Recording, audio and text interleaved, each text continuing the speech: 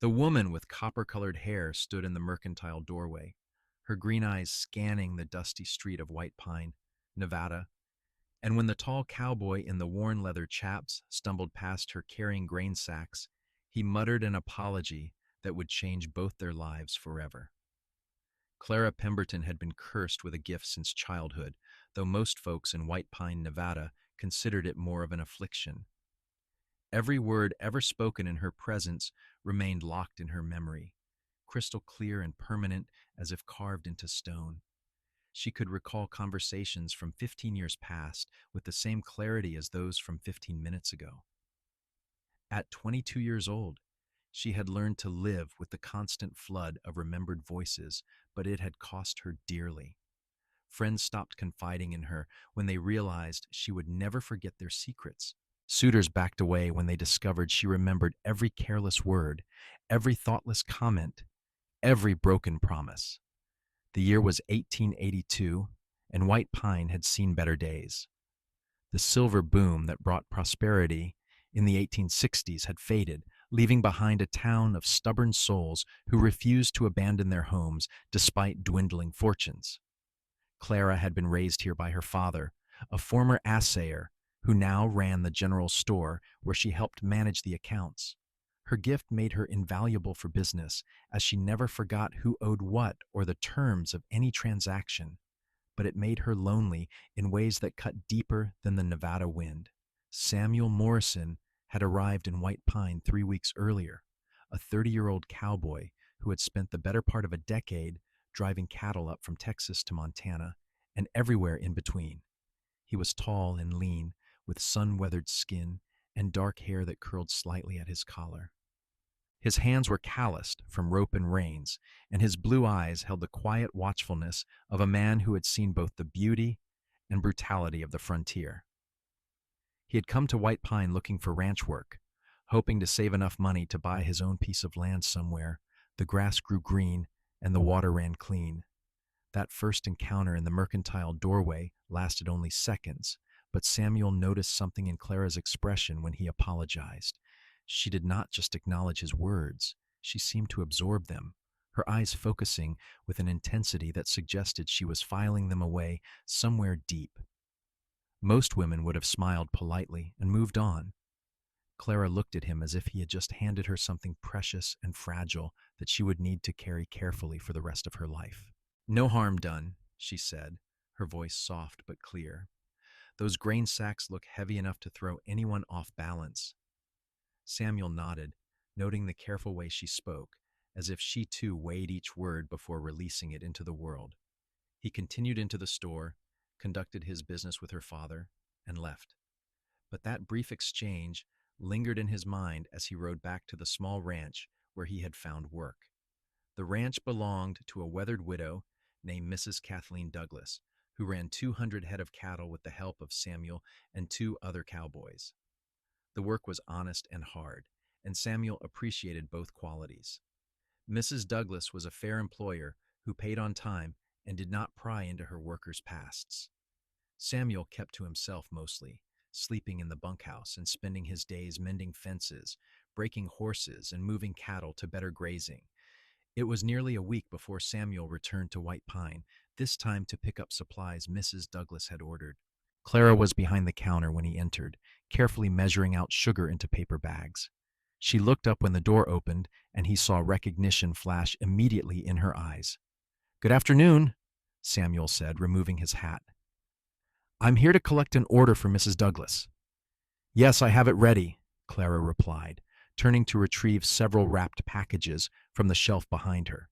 She ordered 3 pounds of coffee, 2 pounds of sugar, a tin of baking powder, needles and thread, and a box of cartridges for a Winchester rifle. Samuel was impressed by her memory for the order, though he assumed she had simply prepared it that morning. "That sounds right," he said. "Mrs. Douglas sure appreciates how organized your store is." "My father runs an honest business," Clara said, setting the packages on the counter. "But I help keep track of the details." As Samuel counted out the money, Clara found herself studying him more carefully. Most cowboys who came through White Pine were loud and careless with their words, especially after they had spent time at the saloon. This one spoke with consideration, his voice low and measured. She noticed how he paused slightly before speaking, as if testing the words in his mind first. "Are you settling in well at the Douglas Ranch?" Clara asked, surprising herself with the question. She rarely initiated conversation with customers beyond what was necessary for business. Samuel looked up from the coins in his palm, meeting her eyes. "I am, thank you for asking. Mrs. Douglas is a good woman to work for. The land is hard but fair, if that makes sense." "It does," Clara said. "Nevada does not give up its gifts easily." "No, it does not," Samuel agreed. He handed her the money and gathered his packages. "I appreciate your kindness, Miss Pemberton." Clara felt something flutter in her chest when he used her name, though she could not recall telling it to him. He must have learned it from her father or someone else in town. She watched him leave, and long after the door closed behind him, she could still hear his voice in her mind saying those exact words. "I appreciate your kindness, Miss Pemberton." Over the following weeks, Samuel found reasons to come to town more frequently than strictly necessary. He told himself it was practical to check for mail or pick up small items, but he knew the truth. He wanted to see Clara again, wanted to hear her speak in that careful, deliberate way she had. There was something about her that called to him, a quiet intelligence and depth that most women he had known lacked. She did not giggle or simper or play coy games. She looked at him directly and spoke honestly, and he found that refreshing. Clara noticed the increase in Samuel's visits, and her heart responded in ways she had trained herself to suppress. She had long ago accepted that her gift made romantic attachments difficult, if not impossible. Men wanted women who could forgive and forget, not women who remembered every slight and every failure with perfect clarity. But Samuel seemed different. He chose his words with such care that she found herself listening, not just to what he said, but to what he left unsaid. One afternoon in late September, Samuel entered the store to find Clara standing on a ladder, reaching for something on a high shelf. Her father was nowhere to be seen, and she was stretching dangerously far, her fingertips just brushing the item she sought. "Wait!" Samuel said quickly, crossing the room in 3 long strides. "Let me help you with that." Clara looked down, startled by his sudden appearance and his proximity. "I can manage," she said, but even as she spoke, her balance shifted. Samuel reached up and steadied the ladder with one hand while extending his other toward the shelf. "What do you need?" "The blue tin on the left," Clara said, acutely aware of how close he was standing. Samuel retrieved it easily and held it up for her to take. As Clara descended the ladder, he kept his hand on the rail, ensuring it stayed stable. When she reached the ground and turned to thank him, they were standing nearly face to face, close enough that she could see the flecks of gray in his blue eyes and the small scar above his left eyebrow. "Thank you," she said softly. "That was kind of you." "I would not want you to fall," Samuel replied. The words came out more intensely than he intended, weighted with meaning beyond the simple situation. Clara felt her cheeks warm. She held the tin against her chest like a shield. "You are always very courteous, Mr. Morrison." "Samuel," he said. "I would be pleased if you called me Samuel." "Then you should call me Clara," she replied, and something unspoken passed between them in that moment, an acknowledgement of a connection neither had named, but both felt. Her father returned then, bustling in from the back room with a ledger under his arm, and the spell broke. Samuel purchased what he needed and departed, but the memory of those few minutes remained vivid in Clara's mind, replaying with perfect clarity every time she allowed her thoughts to drift in his direction. Samuel returned to the Douglas Ranch in a state of confusion. He hadn't intended to develop feelings for anyone in White Pine. His plan had been simple: work hard, save money, move on to better opportunities. But Clara Pemberton had disrupted those plans without even trying. There was something magnetic about her, something that made him want to be worthy of her attention. That evening, As Samuel sat on the bunkhouse steps watching the sunset paint the Nevada hills in shades of orange and purple, one of the other cowboys joined him. His name was Jack Thornton, a grizzled man of 50 who had been cowboying since before the Civil War.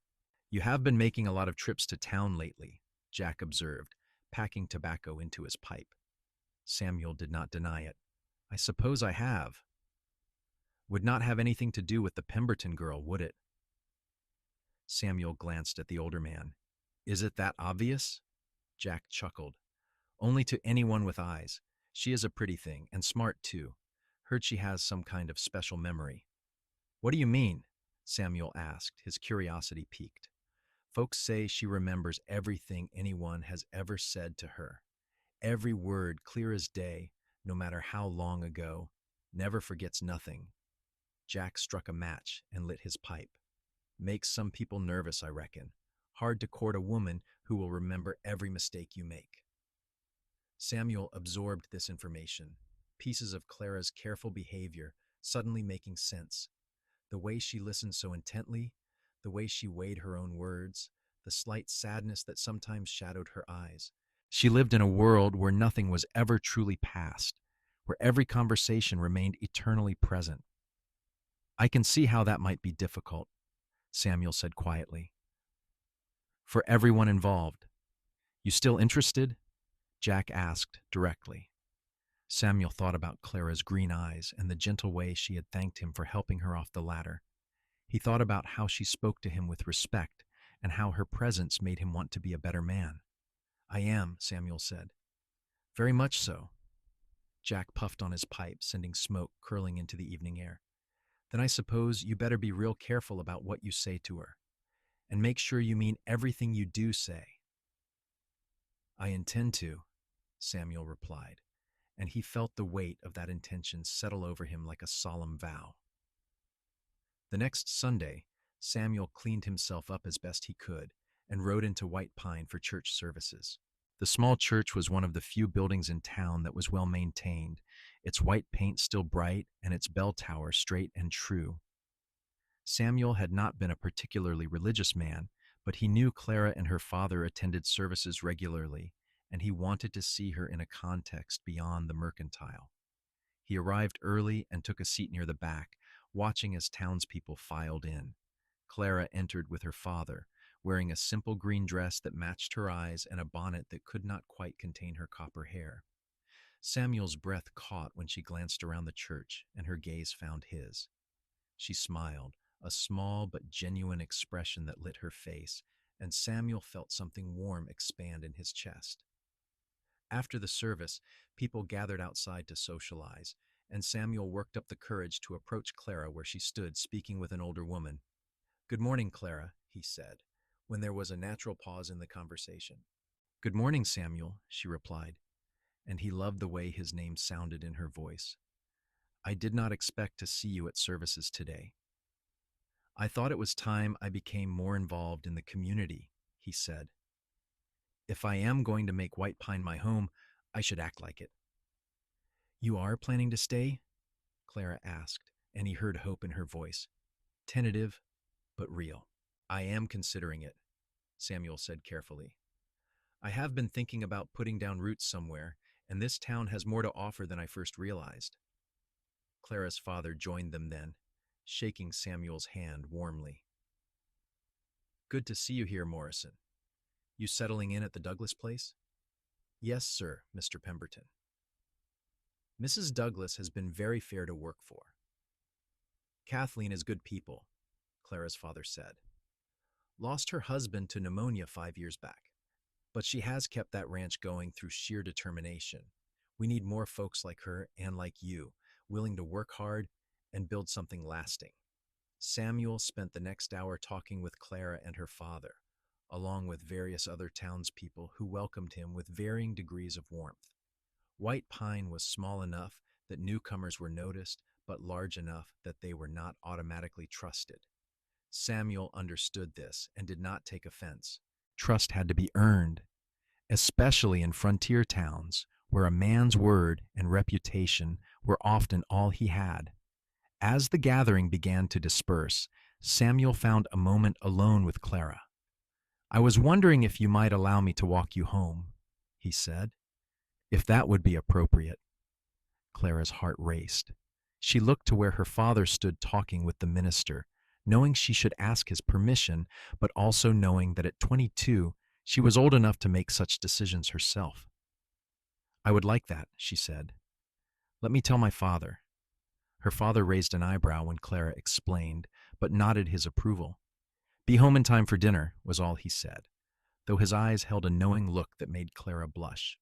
Samuel offered his arm, and Clara took it, feeling the solid strength of him through the fabric of his coat. They walked slowly through White Pine, past the assay office and the general store, past the saloon where piano music tinkled faintly, past the livery stable where horses nickered in their stalls. The day was clear and warm, with autumn beginning to crisp the edges of the desert air. "Jack Thornton told me something about you," Samuel said as they walked, deciding that honesty was the only foundation worth building on. "He said you have a remarkable memory." Clara tensed slightly, waiting for the inevitable withdrawal that usually followed such revelations. "Yes," she said simply. "I remember everything anyone has ever said to me, every conversation, every word, perfectly and permanently." Samuel nodded slowly, processing this confirmation. That must be both a blessing and a burden. Clara looked at him with surprise. Most people focused only on the strange, unsettling aspects of her gift. "It is both," she admitted. "I never forget anything kind that has been said to me, which is wonderful, but I also never forget anything cruel, which is difficult. And people become uncomfortable when they realize I will remember everything they say forever." "I can understand that," Samuel said. "It would make a person very aware of their words." He paused, choosing his next words with even more care than usual. "But I do not see why that should be a bad thing. Words matter. They should be chosen thoughtfully and spoken honestly. If your gift makes people more careful about what they say, perhaps that is not such a bad thing." Clara felt tears prick her eyes. No one had ever framed her ability that way before, as something that might improve rather than burden interactions. "Most men do not feel that way," she said quietly. "Most men want a woman who can overlook their failures and forget their mistakes." "I am not most men," Samuel said, and the quiet conviction in his voice made Clara believe him. "I would rather be with someone who remembers my promises and holds me accountable to them. That seems honest to me. That seems right." They had reached the small house where Clara lived with her father, but neither wanted the walk to end. They stood at the gate, still arm in arm, as precious minutes ticked past. "I would like to call on you properly," Samuel said, turning to face her. "If you would permit it." "I want to know you better, Clara. I want you to know me. And I promise you this.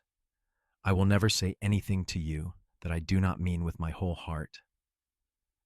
Clara searched his face, seeing nothing but sincerity in his eyes. "I would like that very much," she said. "But Samuel, you should know that if you make that promise, I will hold you to it. I will remember every word you speak to me from this day forward, and I will know if you ever break your word." "Good," Samuel said firmly. "That is exactly as it should be." He lifted her hand to his lips and kissed it gently, a gesture both old-fashioned and tender. "Thank you for the pleasure of your company, Clara. I hope you have a wonderful afternoon." "You as well, Samuel," Clara replied, and as she watched him walk back toward where he had left his horse, she replayed his words in her mind, hearing again his promise. "I will never say anything to you that I do not mean with my whole heart." Over the following weeks, Samuel courted Clara with a patience and thoughtfulness that won over not just her heart, but the entire town's approval. He came to call every Sunday after church, sitting in the Pemberton parlor, and talking with Clara while her father read the newspaper in the next room. He brought small gifts that showed he paid attention to her interests. A book of poetry when she mentioned loving Wordsworth, a pretty hair ribbon in a shade of green that matched her eyes, a smooth stone from the mountains that she could use as a paperweight for her ledgers. More importantly, he brought conversation. Samuel told Clara about his life, about growing up on a small farm in Missouri, about losing his parents to cholera when he was 17, about the years he spent drifting from job to job, trying to find where he belonged. He spoke of the cattle drives, the vast landscapes, the storms and stampedes, and the strange beauty of sleeping under stars, so numerous they seemed to weigh down the sky. He told her about his dreams of owning land and building something permanent, something that would outlast him. Clara listened to every word, treasuring each story, each detail, and she shared her own history with him, telling him about her childhood discovery of her gift when she realized other people forgot conversations she remembered perfectly. She told him about the loneliness of being different, about the friends who drifted away when they realized she would remember every secret they confided. She told him about her mother, who had died when Clara was 12, and how her last words to Clara had been, "You have a special gift, my darling. Use it wisely and kindly." "I have tried to honor that," Clara said, sitting beside Samuel on the porch swing her father had hung years ago. "I have tried to use my memory to help people, to keep accurate records, to remember the good things more than the bad. But it is hard sometimes." Samuel reached over and took her hand, a gesture that had become natural between them. "You are one of the strongest people I have ever met," he said, "and one of the kindest. Your mother would be proud of you." Clara squeezed his hand, those words joining the collection of precious things he had said to her, memories she would return to again and again in quiet moments. As October turned to November, Samuel's feelings for Clara deepened from attraction into love. He found himself thinking about her constantly, imagining a future where they built a life together. But he was also practical enough to know that dreams required foundations. He could not ask Clara to marry him when he was just a hired hand with nothing to offer but calloused hands and honest intentions. One evening, Samuel approached Mrs. Douglas in her kitchen where she was preparing dinner. "Madam, I wonder if I might speak with you about a business matter." Mrs. Douglas looked up from the pot she was stirring, her gray eyes sharp and assessing. "Go on." "I have been working for you for nearly 4 months now," Samuel said, "and I have been saving my wages carefully. I was wondering if you might consider selling me a portion of your land. Nothing large, maybe 40 or 50 acres in the northern section near the creek. I would continue working for you while I built up my own small herd, and I would pay you fairly." Mrs. Douglas set down her spoon and regarded Samuel thoughtfully. "This would not have anything to do with Clara Pemberton, would it?" Samuel met her gaze steadily. "It would have everything to do with Clara Pemberton, madam.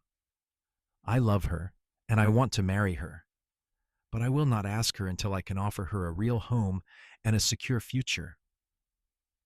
"You are a good man, Samuel Morrison," Mrs. Douglas said. "Honest and hard-working. Those are rare qualities."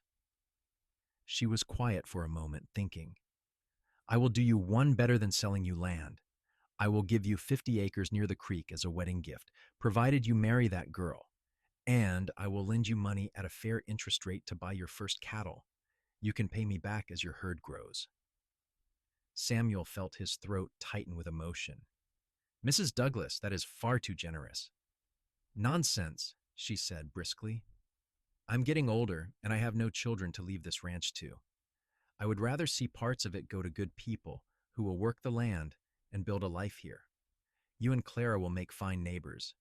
Besides," she added with a rare smile, "I like that girl. She helped me sort out my accounts last year when everything was a mess, and she never once made me feel foolish for not understanding the numbers. That is the mark of a truly kind person." Samuel grasped Mrs. Douglas's hand. "Thank you. You have given me more than I could have hoped for. I will work hard to prove worthy of your trust." "I know you will," Mrs. Douglas said. "Now go on and figure out how you are going to propose to that girl.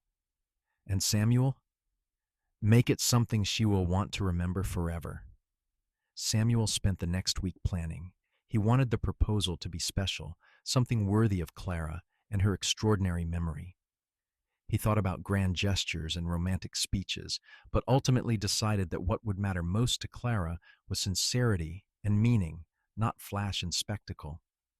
On a Sunday in mid-November, after church services, Samuel asked Clara if she would accompany him on a ride. He had 2 horses, saddled and waiting, and with her father's permission, they set off into the hills surrounding White Pine. The day was cool but clear, the Nevada sky stretching endlessly blue above them. Samuel led Clara to a spot he had discovered weeks ago, a small valley where a creek ran year-round and cottonwood trees provided shade. The grass here was still green despite the lateness of the season, fed by the creek's reliable water. "This is beautiful," Clara said, dismounting and looking around. "How did you find this place?" "I have been exploring the land," Samuel said, dismounting as well and leading both horses to the creek to drink. "Mrs. Douglas has agreed to give me this land, Clara. These 50 acres as a wedding gift." Clara turned to look at him, her heart beginning to pound. "A wedding gift?" Samuel walked to where she stood, taking both her hands in his. "Clara Pemberton, I love you. I love your kindness and your strength. I love your intelligence and your careful heart. I love the way you listen when I speak, and the way you make me want to be worthy of your perfect memory. I want to build a life with you, right here on this land. I want to wake up beside you every morning and go to sleep beside you every night. I want to work this land and raise children and grow old with you. Will you marry me?" Clara's eyes filled with tears as she looked at the man before her. This careful, thoughtful cowboy who had seen her gift not as a burden, but as something valuable. "Yes," she said, her voice breaking with emotion. "Yes, Samuel, I will marry you. I love you with everything I am." Samuel pulled her into his arms, holding her close as relief and joy flooded through him. Clara pressed her face against his chest, hearing the solid beat of his heart, and in her mind, his proposal replayed with perfect clarity, every word a treasure she would carry forever. They spent an hour in that valley making plans and dreaming aloud. Samuel told her about Mrs. Douglas's offer to lend them money for cattle, and Clara told him about the small inheritance her mother had left her, money she had been saving for something important. Together they calculated and planned, figuring out how they could build a modest house and start a small herd while Samuel continued working for Mrs. Douglas. "It will not be easy," Samuel warned. "Ranching is hard work, and there will be lean times." "I am not afraid of hard work," Clara replied, "as long as we face it together." When they returned to town, they went first to Clara's father with the news. Mr. Pemberton shook Samuel's hand warmly and embraced his daughter with tears in his eyes. "I could not have chosen a better man for you," he told Clara. "Morrison is honest and hard-working, and more than that, he sees you for exactly who you are and loves you for it. That is the rarest gift of all." They were married in January of 1883 in the small White Pine Church where they had courted. Clara wore her mother's wedding dress, carefully preserved and altered to fit her. Samuel wore a new suit purchased with money Mrs. Douglas had advanced him as a wedding gift. The whole town turned out for the ceremony, curious about the unusual couple and eager to wish them well. As Samuel and Clara stood before the minister and exchanged their vows, Samuel spoke his promises with absolute conviction, knowing that Clara would remember this moment with perfect clarity for the rest of her life. "I, Samuel Morrison, take you, Clara Pemberton, to be my lawfully wedded wife. I promise to love you faithfully, to respect you completely, to provide for you to the best of my ability, and to never speak a word to you that I do not mean with my whole heart. I will be your partner in all things, your comfort in difficult times, and your celebration in joyful times. This I vow before God and these witnesses, from this day until my last day." Clara's tears flowed freely as she made her own vows, her voice steady, despite her emotion. I, Clara Pemberton, take you, Samuel Morrison, to be my lawfully wedded husband.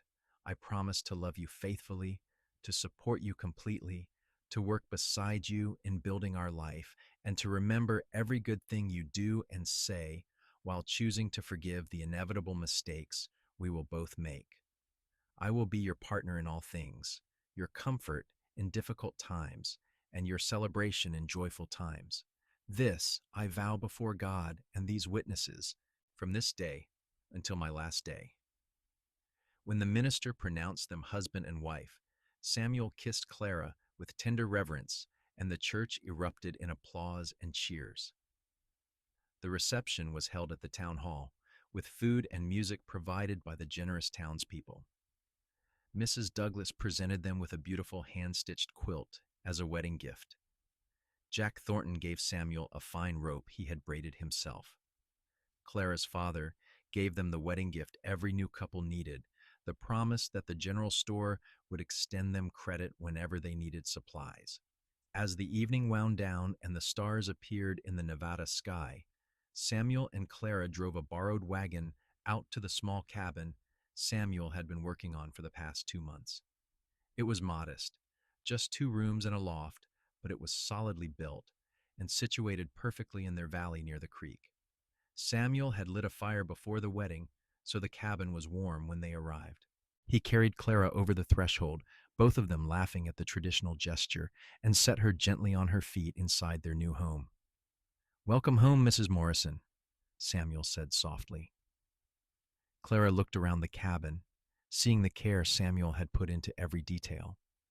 There was a bed frame he had built himself, a table and 2 chairs, a cook stove that had been Mrs. Douglas's old one, shelves on the walls, waiting to be filled with their belongings. It was simple and plain, but it was theirs, built on land that belonged to them, a foundation for the future they would create together. "It is perfect," Clara said, turning to her husband. "Everything is perfect." That night, they lay together in their bed, talking softly as the fire burned low. Samuel traced patterns on Clara's arm as she rested her head on his chest. "Are you happy?" he asked. "Happier than I ever thought possible," Clara replied honestly. "I spent so many years thinking my gift would keep me alone forever. Then you appeared, and instead of being frightened by my memory, you respected it. You chose your words carefully, not because you wanted to hide anything, but because you wanted everything you said to be true and meaningful. Do you know what a gift that has been for me?" Samuel kissed the top of her head. "You gave me a gift too, Clara. You made me into a better man. Knowing that you would remember everything I said made me more thoughtful, more careful, more honest. You made me examine my words before I spoke them, and that made me examine my heart. I became the man I always wanted to be because you required nothing less." Clara lifted her head to look at him. "We will have a good life together, Samuel." "We will," he agreed. "We will have a wonderful life." The first year of their marriage was indeed hard work, but it was also filled with joy. Samuel continued working for Mrs. Douglas while building up his own small herd with the cattle he purchased using the loan she had provided. Clara divided her time between helping her father at the general store and managing their own household. She kept meticulous records of their expenses and income, her perfect memory making her an ideal partner for the financial aspects of ranching. By their first anniversary, they had 20 head of cattle and had paid back a quarter of their loan to Mrs. Douglas. The cabin had been expanded with a larger kitchen and a proper sitting room. Clara had planted a vegetable garden that flourished with careful tending, and Samuel had built a barn to shelter their horses and the milk cow they had purchased. One evening in late January, Clara stood at the stove preparing dinner when she felt Samuel's arms wrap around her from behind. He pressed a kiss to her neck and said, "Happy anniversary, Mrs. Morrison." Clara smiled, leaning back against him. "Happy anniversary, my love. Can you believe it has been a year?" "The fastest year of my life," Samuel said. "And the best."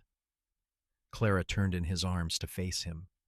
"I have something to tell you," she said, her eyes sparkling with excitement and nervousness. We are going to have a child. I am certain of it.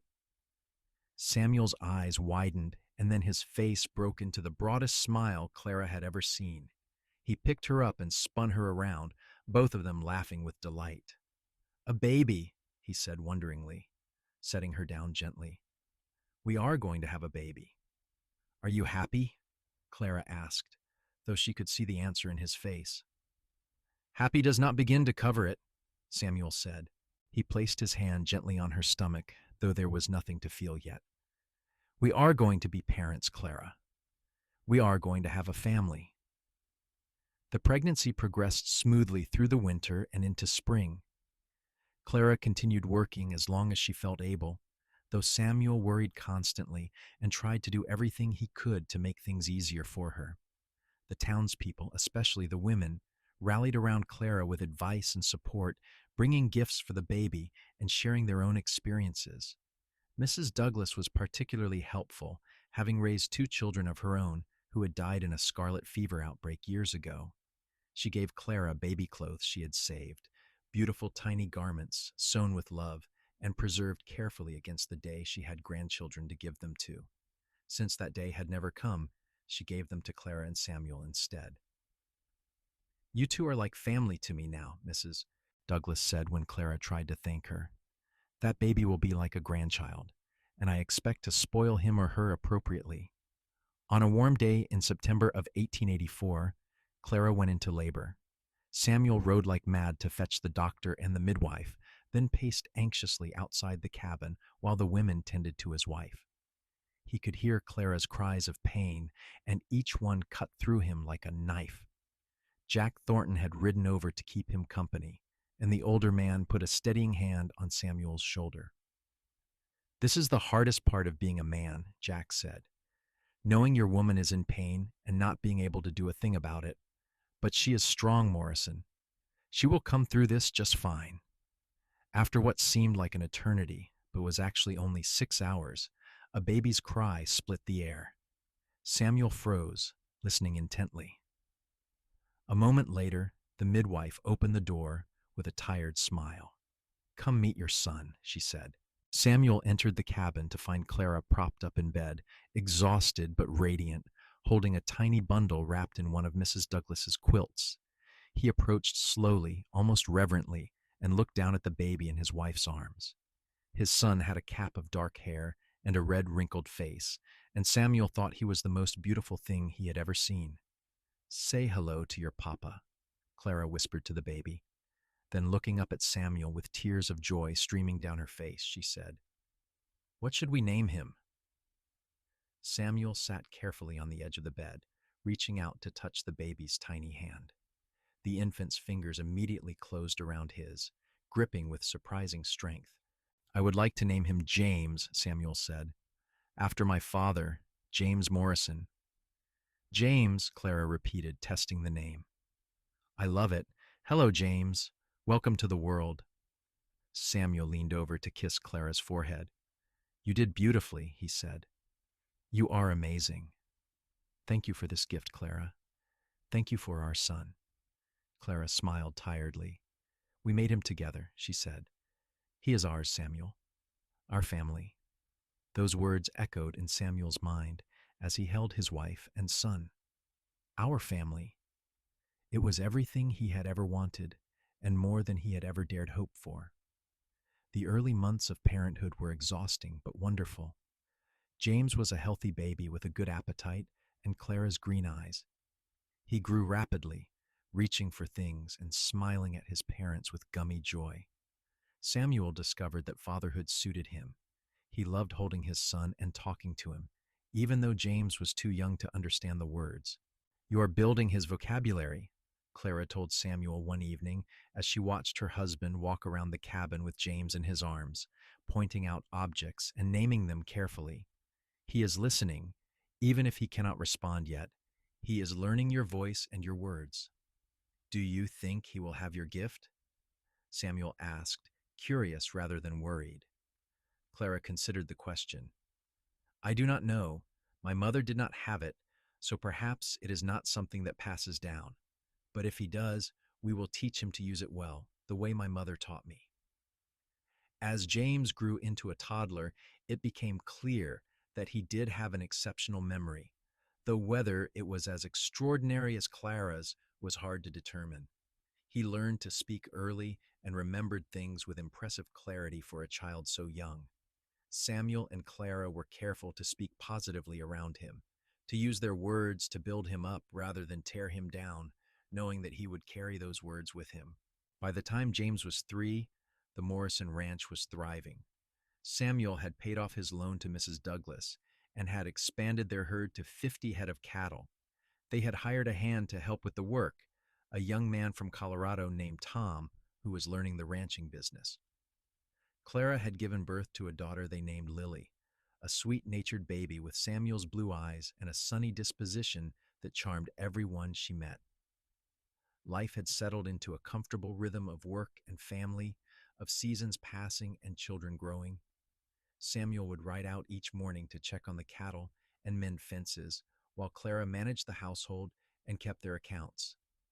In the evenings, they would sit together on the porch they had added to the cabin, watching James play while Lily nursed or slept in Clara's arms.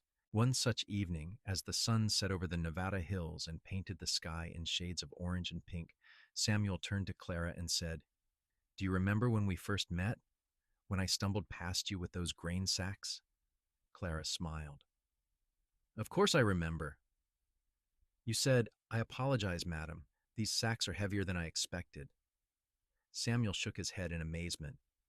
"Even after all these years, you remember the exact words." "I remember everything about that day," Clara said. "How the dust made the sunlight hazy. How your hat was pulled low over your eyes. How polite you were to a stranger. I remember thinking that you seemed different from other cowboys who came through town."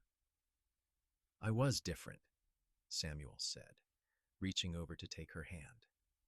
"I was a man who did not know he was searching for home until he found it in you." Clara squeezed his hand, those words joining the thousands of other precious things he had said to her over the years, each one preserved perfectly in her memory. "You gave me something I never thought I could have," she said softly. "You gave me a love that was not afraid of my gift. You chose your words carefully around me, not because you wanted to deceive me, but because you wanted every word to be true and meaningful. That kind of love is rare, Samuel. It is the kind of love that lasts." "It is the only kind of love worth having," Samuel replied, "and it is the only kind of love I have ever wanted to give you." As the years continued to pass, the Morrison family flourished. James grew into a thoughtful, intelligent boy who loved learning and helping his father with the ranch work. Lily grew into a lively, curious girl who could make friends with anyone and who had a gift for music that delighted everyone who heard her sing. Clara gave birth to 2 more children, twin boys they named Daniel and Matthew, who were identical in appearance but opposite in temperament. Daniel was quiet and observant, while Matthew was bold and adventurous. The ranch expanded as well. Samuel's careful management and Clara's meticulous record-keeping allowed them to grow their herd and purchase additional land. They built a larger house to accommodate their growing family, with 4 bedrooms and a spacious kitchen where Clara could prepare meals and the children could do their schoolwork. Mrs. Douglas remained a close friend and mentor until her death in 1892. She left her remaining ranch land to Samuel and Clara, knowing it would be in good hands. Jack Thornton retired from cowboying and built a small house on a corner of the Morrison land where he lived out his remaining years, telling stories to the Morrison children and helping with light work around the ranch. Clara's father remained healthy and active well into his 70s, finally retiring from the general store and coming to live with Samuel and Clara. He delighted in his grandchildren and spent his days reading to them and teaching them arithmetic and history. Through all the years and all the changes, Samuel never forgot his promise to Clara. He continued to choose his words carefully, speaking with intention and meaning, knowing that everything he said to his wife would be preserved forever in her perfect memory. And Clara treasured every word, building a collection of love and respect and partnership that grew richer with each passing year. One evening in 1902, when they had been married nearly 20 years, Samuel and Clara sat on the porch of their house watching the sunset. Their children were grown or nearly so. James was 19 and preparing to study law in San Francisco. Lily was 16 and being courted by a nice young man from a neighboring ranch. The twins were 13 and keeping their parents busy with their various schemes and adventures. "Do you ever regret it?" Samuel asked Clara, breaking a comfortable silence. "Marrying a cowboy and spending your life on a ranch in the middle of Nevada?" Clara looked at her husband, seeing the gray in his hair and the lines around his eyes, the weathering of age and hard work. But she also saw the same kindness and integrity that had drawn her to him 20 years ago. "Never," she said firmly. "Not for a single moment. You gave me a life full of love and meaning. You gave me children and a home. You gave me respect and partnership. Most of all, you gave me words I could trust, words I could treasure, words I could build a life on. How could I regret any of that?" Samuel reached over and took her hand, their fingers intertwining in a gesture that had become as natural as breathing over 2 decades of marriage. "I have loved you since the first moment I saw you," he said, "and I will love you until my last breath. That is the truest thing I have ever said, Clara Morrison." Clara brought his hand to her lips and kissed it gently. "I know," she said. "I remember." The sunset painted the Nevada sky in shades of gold and crimson as they sat together, two people who had found in each other exactly what they needed. Clara's gift of memory, which had once seemed like a curse, had become the foundation of their marriage. Samuel's careful words, chosen with love and spoken with truth, had filled her memory with treasures beyond counting. They had built a life together on this Nevada land, a life of hard work and joy, of children and cattle, of sunrises and sunsets, of words carefully chosen and lovingly remembered. It was not a grand life by the world's standards, but it was a good life, an honest life, a life built on trust and respect and abiding love. As the stars began to appear in the darkening sky, James came out to tell them dinner was ready. Their eldest son had his father's thoughtful nature and his mother's sharp intelligence, and Samuel and Clara were immensely proud of the man he had become. "We will be right in," Samuel told him, and James nodded and went back inside, leaving his parents to their moment of quiet togetherness. 20 years, Clara said wonderingly. "It feels like both a lifetime and a moment." "We have many more years ahead of us," Samuel said. "Many more sunsets to watch and words to share." "Yes," Clara agreed, leaning her head on his shoulder. "And I will remember all of them, every single one." They sat there a while longer, watching the stars multiply in the vast Nevada sky, holding hands and savoring the peace of a life well lived and a love well tended. The cowboy who had learned to choose his words carefully and the woman who remembered everything had found in each other a perfect match, two souls fitted together as precisely as the pieces of a puzzle. Inside the house, their children laughed and talked, preparing the evening meal. The ranch stretched around them, land they had worked and tended for 2 decades. The Nevada hills stood eternal in the gathering darkness, witnesses to all the words spoken and all the promises kept. Samuel turned to Clara and said, "I love you, Clara Morrison, today, tomorrow, and always." "I love you too, Samuel Morrison," Clara replied, "today, tomorrow, and always." And in her perfect memory, those words joined all the others he had spoken over 20 years of marriage, each one a testament to the careful, thoughtful love of the cowboy who chose his words carefully around the woman who remembered everything. The years continued their steady march forward, bringing with them the joys and sorrows that mark any long life. James did go to San Francisco to study law and became a successful attorney, though he always kept his Nevada roots close to his heart. He married a school teacher named Rebecca, and they gave Samuel and Clara their first grandchildren, a pair of daughters who visited the ranch every summer. Lily married her sweetheart, the neighboring rancher's son named Robert Tucker, and they settled on a ranch just 10 miles from Samuel and Clara's land. Lily gave birth to 4 children in quick succession, and she often brought them to visit their grandparents, filling the house with laughter and chaos. Daniel, the quieter of the twins, developed a passion for horses and became one of the finest horse trainers in Nevada. He never married, preferring the company of animals to people, but he was a devoted uncle to his siblings' children and a dutiful son to his aging parents.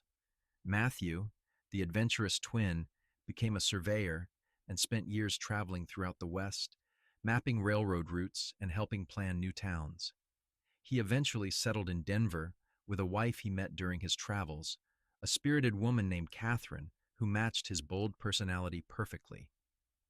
As Samuel and Clara moved into their 50s and then their 60s, the ranch continued to prosper under their careful management. They hired more hands to help with the work, as Samuel's body began to feel the effects of decades of hard labor. Clara's memory remained as sharp as ever, and she continued to keep impeccable records of all their business dealings. In 1915, when they had been married 32 years, Clara's father passed away peacefully in his sleep at the age of 84. He had lived a long, good life and had seen his daughter happily settled with a loving family around her. The funeral was well attended, and Samuel gave a eulogy that Clara remembered word for word. David Pemberton was a man of integrity and kindness. He raised a daughter who embodied those same qualities. He built a business based on honesty and fair dealing. He welcomed me into his family with generosity and trust. The town of White Pine is poorer for his loss, but richer for having known him. The loss of her father struck Clara deeply, but Samuel was there to comfort her through her grief, just as she had comforted him through various losses over the years. They had learned to lean on each other, to be each other's strength when one faltered. By their 40th anniversary in 1923, Samuel and Clara had transitioned most of the ranch management to Daniel, who had proven to have a natural gift for the work.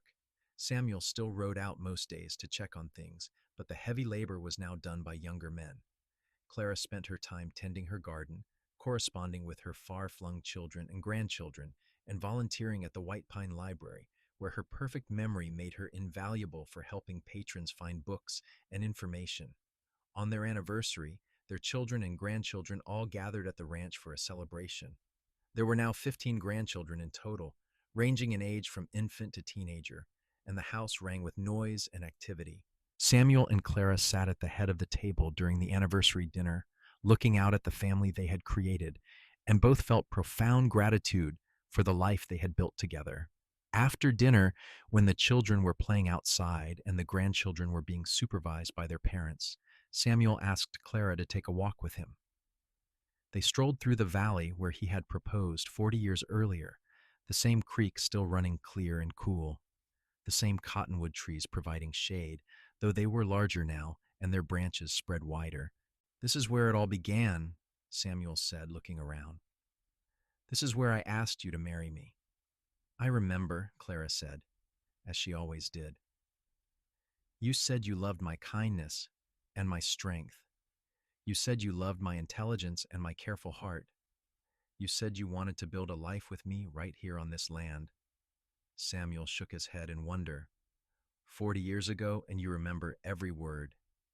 "I remember every word you have ever said to me," Clara replied. "Every promise you made, you kept. Every declaration of love, you proved true through your actions. My gift of memory became a blessing because you gave me beautiful things to remember." Samuel took both her hands in his, as he had done 40 years ago in this same spot. "I want to make you a new promise," he said.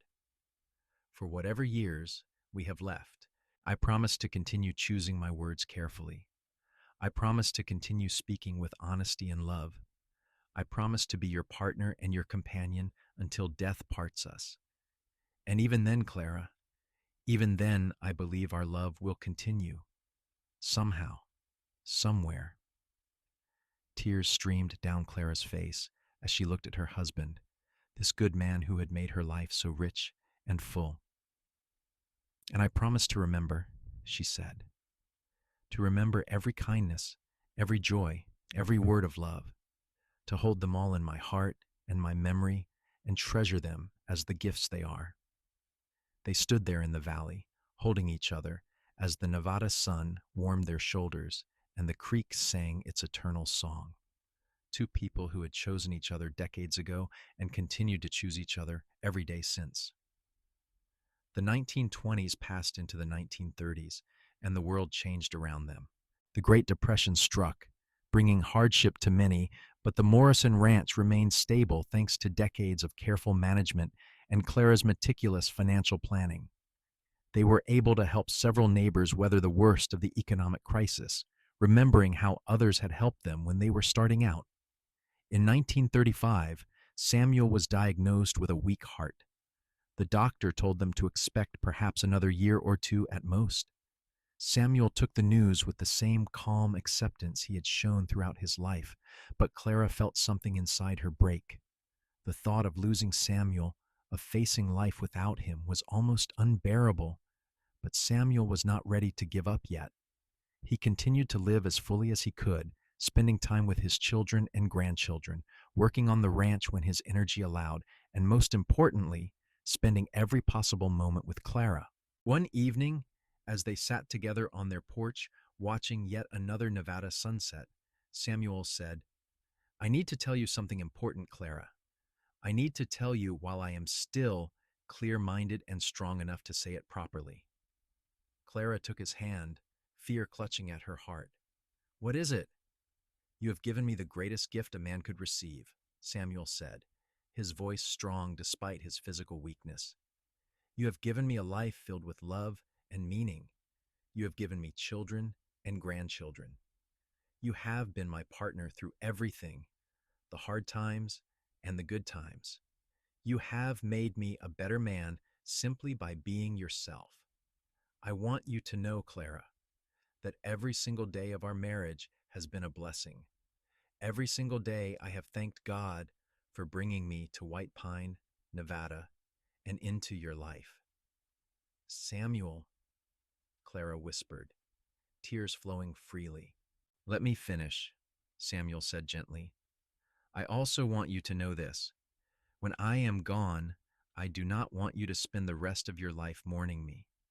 I want you to remember me, yes. Remember all our good times and the words I have spoken to you. But I also want you to keep living, keep helping people, keep using your gift, keep being the extraordinary woman you have always been. Promise me that, Clara." "I promise," Clara said, though her heart was breaking. "But Samuel, I do not know how to exist without you. You have been my world for more than 50 years. And I will always be part of your world," Samuel said. "That is the gift of your memory, is it not? I will live on in every word I have ever spoken to you, every promise, every declaration of love, every tender moment we have shared. Those will never fade for you, Clara. In that way, I will never truly leave you." They talked late into the night, Samuel speaking carefully, and Clara listening intently, both of them knowing that their time together was drawing to a close, but determined to make every moment count. Samuel lived for another 8 months, long enough to see the birth of his 20th grandchild and to celebrate one more Christmas with his entire family gathered around him. He passed away peacefully in his sleep on a cold January night in 1936, with Clara holding his hand. The funeral was attended by hundreds of people from all over Nevada. Samuel had been respected as a fair rancher, a good neighbor, and an honest man. But it was Clara's eulogy that people remembered most. She stood at the front of the church, her hair now silver, but her green eyes still bright, and she spoke about her husband.